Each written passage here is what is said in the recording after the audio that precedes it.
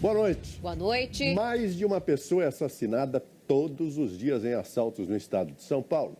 O número foi divulgado hoje pela própria Secretaria da Segurança Pública. A última vítima é um estudante de 21 anos. Depois do roubo, os criminosos passaram o carro por cima da jovem.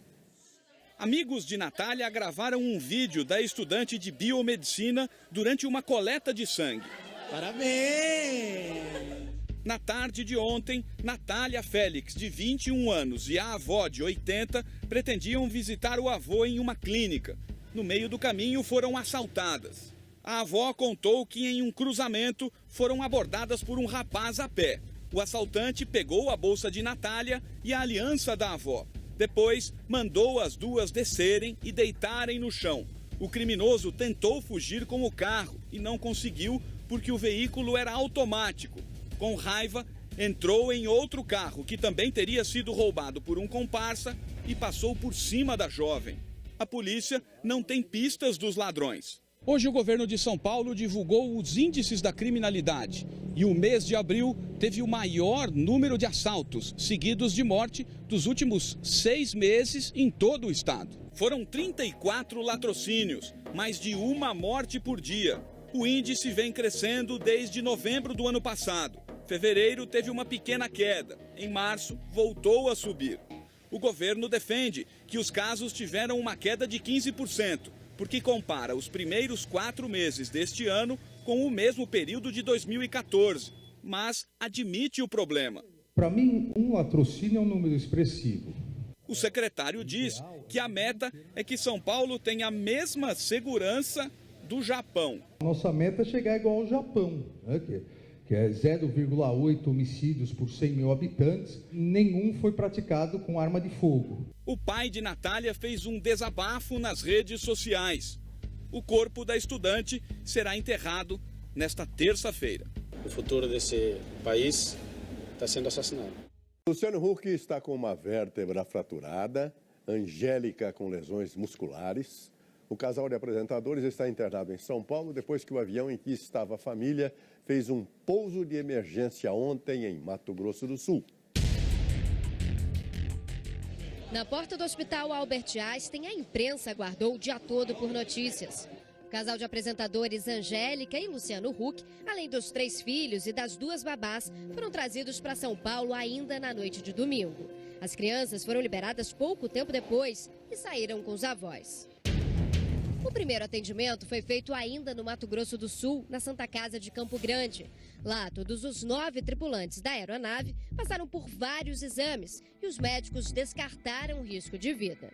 Por causa do acidente, o casal passou por uma nova bateria de exames no hospital aqui em São Paulo. Durante a tarde, médicos informaram que Angélica teve apenas uma lesão superficial no abdômen. Já Luciano sofreu uma fratura na vértebra. O apresentador teve uma pequena fratura na 11ª vértebra torácica.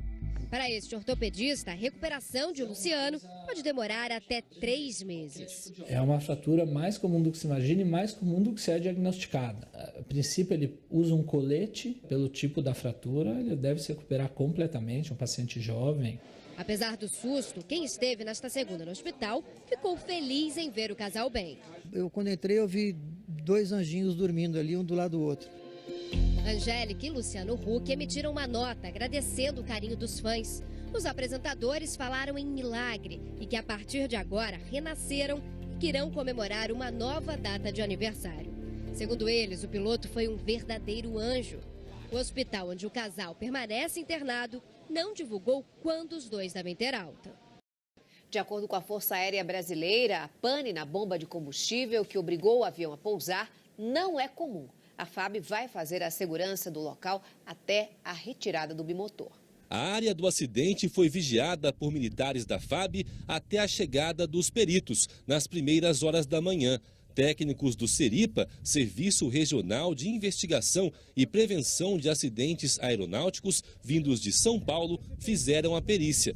Eles foram acompanhados por mecânicos contratados pela Mato Grosso do Sul Táxi Aéreo, empresa dona da aeronave. O bimotor, fabricado pela Embraer, modelo 820C, não tem caixa preta. O acesso ao local foi limitado. Foi montada uma barreira a 100 metros da aeronave.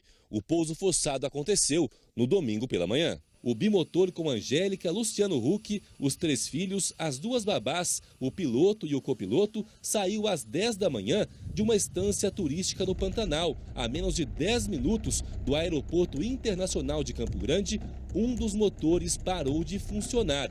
Segundo o comandante, após uma pane em uma das bombas de combustível, o avião começou a perder altitude rapidamente. Antes de pousar num pasto, o piloto desligou o motor, que ainda funcionava, para evitar uma explosão e decidiu aterrissar de barriga, sem baixar o trem de pouso. O objetivo, impedir que a aeronave capotasse. O bimotor atravessou uma cerca e deslizou por 400 metros até parar próximo a uma rodovia estadual. Um pouso forçado, vamos dizer, com sucesso, e dada aí a energia envolvida no acidente aeronáutico, eu tenho certeza que foi aí uma sobrevida, aí uma segunda chance para esses tripulantes aí, ou passageiros. E o piloto aí, ele foi muito bem na operação dele, com certeza. A documentação de Osmar e do copiloto José Flávio Zanato estava em ordem, segundo a Agência Nacional de Aviação Civil. A mulher do piloto Osmar Fratini, que tem 30 anos de experiência, conversou com o marido instantes depois do pouso. Teve uma pane na bomba de combustível, aí ele teve que fazer o pouso, aí parou os 2 motores. Este empresário foi a primeira pessoa a chegar ao local do acidente. A Angélica estava chorando um pouquinho, reclamando de dor, né? Chorando, muita balada. Angélica estava no Pantanal com a família desde terça-feira para a gravação de um programa. O avião tem capacidade para 10 pessoas. De acordo com a ANAC, a manutenção era válida até 12 de junho. Os motores e os tanques de combustível serão levados para a perícia em São Paulo. Camelôs e guardas municipais entraram em confronto no centro do Rio. Centro do Rio, 3h20 da tarde. Guardas municipais tentam apreender a mercadoria de um vendedor ambulante. Ele resiste e se agarra ao carrinho. É o início da confusão. Outros camelôs se revoltam. O camelô é agredido a golpes de cacetete. Os guardas são atingidos por copos, latas e um caixote. A tensão aumenta quando o vendedor derruba o carrinho na tentativa de evitar a apreensão. Repare no rapaz de camisa azul. Ele sai em defesa e acaba sendo empurrado e agredido. Com medo, comerciantes fecham as portas. Um guarda usa spray de pimenta para acabar com o tumulto. Depois de 40 minutos, os produtos são colocados no ônibus da prefeitura. Um motoqueiro é detido porque, segundo a guarda, estava bloqueando a passagem do veículo. Aê, bate mais, bate mais, bate mais! A confusão só termina com a chegada da cavalaria da Polícia Militar. A Guarda Municipal disse que os ambulantes incitaram a população, mas não comentou se houve abuso durante a ação. Morreu hoje o 9º preso ferido na rebelião que começou ontem e só acabou na manhã desta segunda-feira em Feira de Santana, na Bahia. O conflito durou 15 horas no complexo penitenciário de Feira de Santana, segunda maior cidade da Bahia. Nele, 8 presos morreram e 5 ficaram feridos. O motim começou no domingo por volta das 2 horas da tarde durante o horário de visita. Mais de 70 pessoas foram feitas reféns, dentre elas crianças e idosos. A rebelião começou depois de uma briga entre facções rivais. Os reféns foram liberados em grupos de 4 e às 10h30 da manhã desta segunda-feira, todos estavam livres. A ordem para a rebelião partiu de fora do presídio e foi dada pelo líder de uma das facções, conhecido como Rafael. Haverá uma investigação para apurar como o armamento entrou na unidade prisional, que abriga 823 detentos, a mais da capacidade de 644. Não existe uma explicação plausível para se entrar tantas armas de fogo. Isso está sendo apurado. A água foi cortada e a luz desligada. Do lado de fora, a movimentação de familiares era grande. Eles aguardavam uma lista com o nome dos mortos. O Ministério Público do Rio ouviu hoje o menor suspeito de esfaquear o médico morto na semana passada. O menor negou que tenha dado os golpes. Em uma semana, já são 8 ataques com faca no Rio de Janeiro. 19 de maio, o médico Jaime Gold é assassinado na Zona Sul. 22 de maio, uma chilena é brutalmente agredida no centro. Horas depois, 2 menores atacam em um ponto de ônibus na Zona Oeste, ferindo um rapaz. No último domingo, a vítima foi o músico Josué Clementino. Falou, vou te matar, e veio para dar no meu coração. Eu empurrei a mão dele, a faca pegou aqui e rasgou meu braço. Hoje a polícia prendeu este homem acusado de assaltar um casal de chineses em Copacabana usando esta arma. Em todos esses casos, os bandidos usaram o mesmo tipo de arma para agredir as vítimas. No Brasil, carregar faca, tesoura ou um outro objeto semelhante não é crime, o que traz à tona uma antiga discussão: criminalizar ou não o porte de arma branca. Poderia virar crime, qualquer tipo de ferramenta. Um projeto de lei proibindo o porte de faca chegou a ser apresentado em 2004, mas até hoje não foi votado. Para este advogado, ainda é preciso discutir o tema. Vai ter um perigo muito concreto disso se basear em estigmas sociais ou em características baseadas no preconceito, inclusive. Já este especialista em segurança pensa diferente. Não acredito que uma pessoa de bem vai trafegar pela cidade com uma faca na sua cintura ou uma faca dentro da sua bolsa. Para as vítimas, pode ser a esperança de que a justiça seja feita. Que não vai dar nada, daqui a pouco não vai dar nada, ele está na rua. Na região metropolitana de Belém, uma menina de 8 anos foi morta durante um assalto numa festa infantil. Um policial que estava de folga reagiu e trocou tiros com os bandidos. As imagens gravadas com um celular mostram as crianças brincando. Mas a festa acaba de repente. Os bandidos invadem o local, um deles com a arma em punho. Em poucos segundos começa o tiroteio. Os convidados gritam desesperados. Um deles era um policial civil de folga que reagiu ao assalto. Durante a troca de tiros, uma menina de 8 anos foi atingida e morreu no hospital. A polícia investiga se o tiro que matou a criança partiu da arma de um dos assaltantes ou do policial, que ainda não foi identificado. No velório de Ana Carolina Siqueira, parentes revoltados. Está muito violento lá, a gente não pode mais nem fazer uma festa na frente da casa da gente. Para este especialista em segurança pública, o policial que estava na festa errou ao trocar tiros com os criminosos. A partir do momento em que começou o tiroteio, e se o tiro saiu desse suposto policial, com toda certeza ele assumiu uma situação de colocar em risco as pessoas que estavam lá. 2 crianças ficaram feridas, um dos bandidos morreu, outros 3 conseguiram fugir. A polícia esteve no salão de festas em busca de pistas da quadrilha.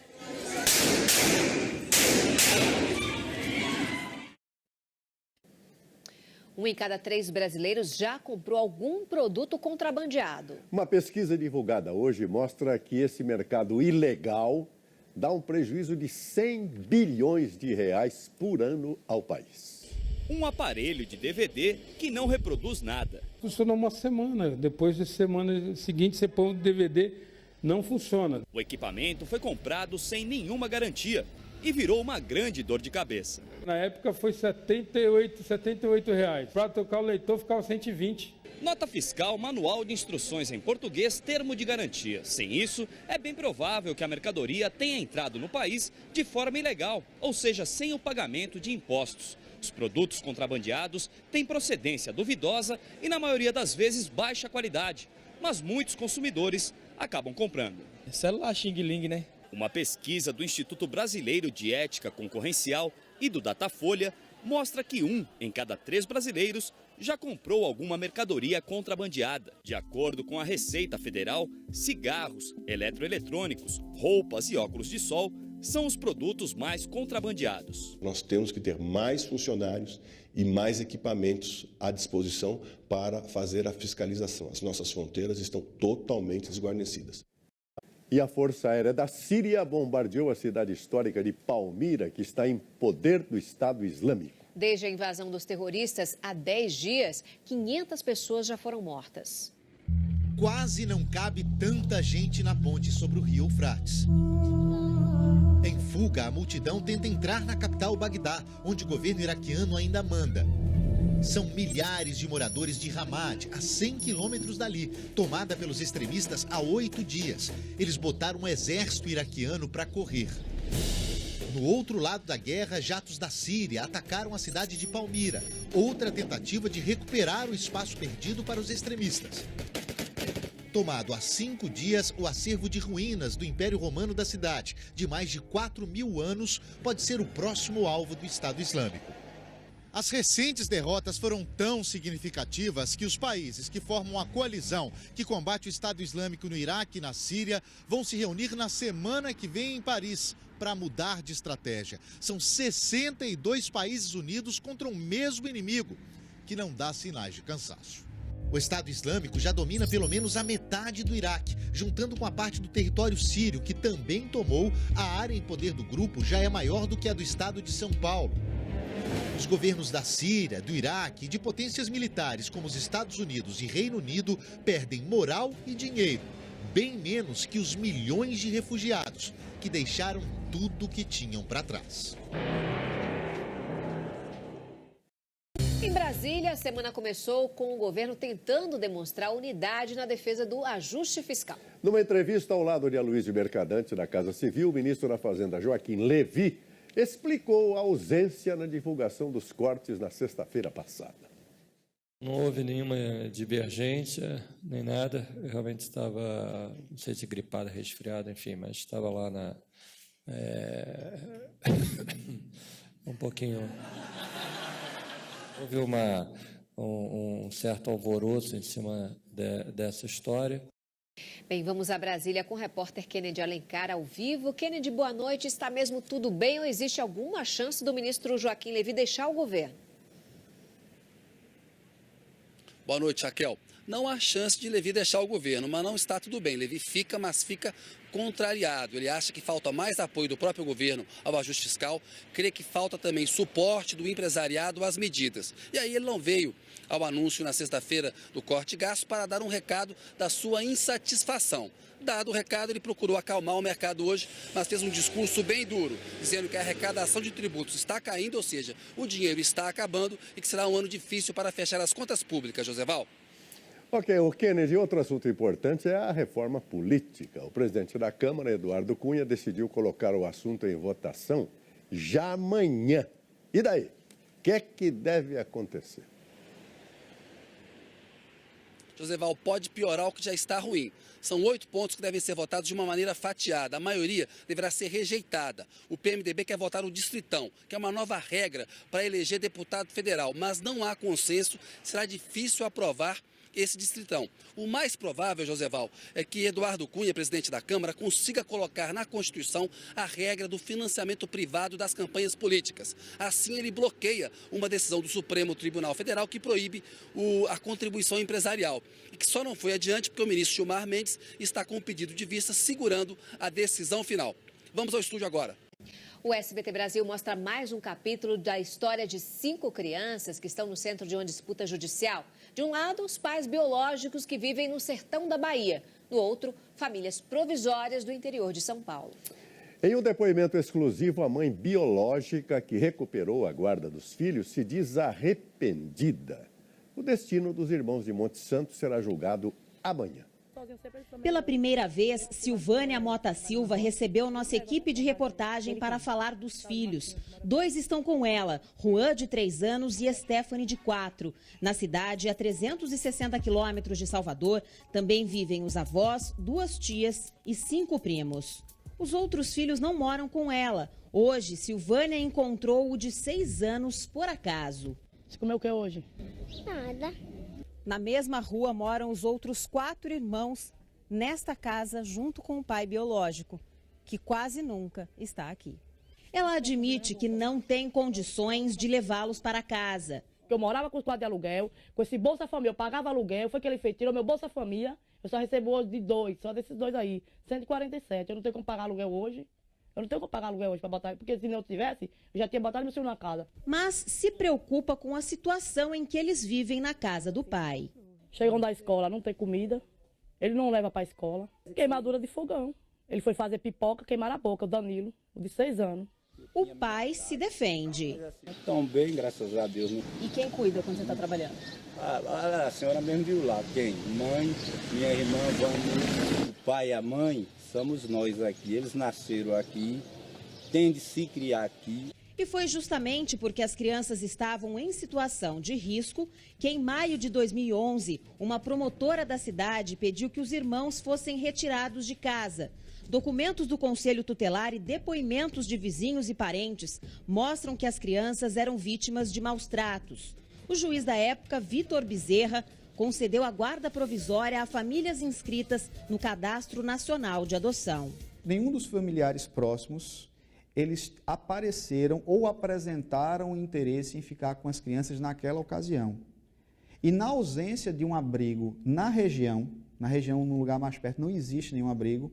Dentre as medidas protetivas previstas no ECA está a colocação em família substituta. E os pais biológicos estavam presentes? Não, porque eles não foram encontrados. O destino das crianças foi em Indaiatuba, no interior de São Paulo, onde elas viveram 1 ano e 7 meses em lares provisórios. O rostinho dela, que eu contei, tinha mais de 30 picadas de pernilongo, muito magrinha, tudo infectada, purulenta, com infecção secundária. Conforme eu fui vendo ele, me deparei com umas queimaduras nas costas, redondas, vários arranhões. Só no ano seguinte, a mãe biológica procurou advogados para ter os filhos de volta. 6 meses depois, o juiz Luiz Roberto Cápio determinou o retorno das crianças. O caso ganhou repercussão. Silvânia diz ter recebido ajuda para pagar o aluguel, comprar comida e remédios, até a promessa de um terreno. Hoje, ela se arrepende da decisão. Eu não posso dar o que meu tio precisa. Se eu soubesse que meus tios estavam na vida que estavam, eu não tinha pegado meu tio pra cá, não. Me arrependo. E muito. Se eu soubesse, voltava tudo atrás. Gerôncio Brito Souza tem uma extensa ficha criminal. Extorsão, atentado violento ao pudor, 2 assaltos à mão armada, tentativa de estupro, desacato e 4 furtos. Polícia na porta é futuro para meu tio? Meu tio vendo o pai roubando é futuro para meu tio? Não é. As famílias de São Paulo sempre quiseram recuperar a guarda dos irmãos. Às vésperas do julgamento no Tribunal de Justiça da Bahia, quando nos aproximamos, as crianças correm assustadas. As idas e vindas em tão pouco tempo de vida já deixaram marcas. Mais de 200 crianças de uma escola pública de São Paulo começaram hoje a ter aulas que podem ajudar a salvar vidas. Os alunos de 8 a 12 anos estão aprendendo os primeiros socorros com enfermeiros do Hospital do Coração. Com a criançada, tudo parece brincadeira, mas o assunto aqui é sério. Eu vou aprender a salvar vidas. É com esse objetivo que o Serviço Móvel de Urgência em São Paulo recebe 5.000 ligações por dia. Muitos dos pedidos são feitos por crianças, por vezes a única companhia de quem precisa de ajuda. Por isso, orientar os pequenos é tão importante. Da teoria em sala de aula, a prática em pleno pátio, aqui eles aprendem a agir enquanto a ambulância não vem. A gente passa basicamente a compressão, para eles como fazer a compressão, qual é a frequência e qual é a profundidade. Ela diz que uma rápida assistência é fundamental. A cada minuto que passa sem atendimento, a chance de sobrevivência é 10% menor. As crianças se divertem, suam a camisa.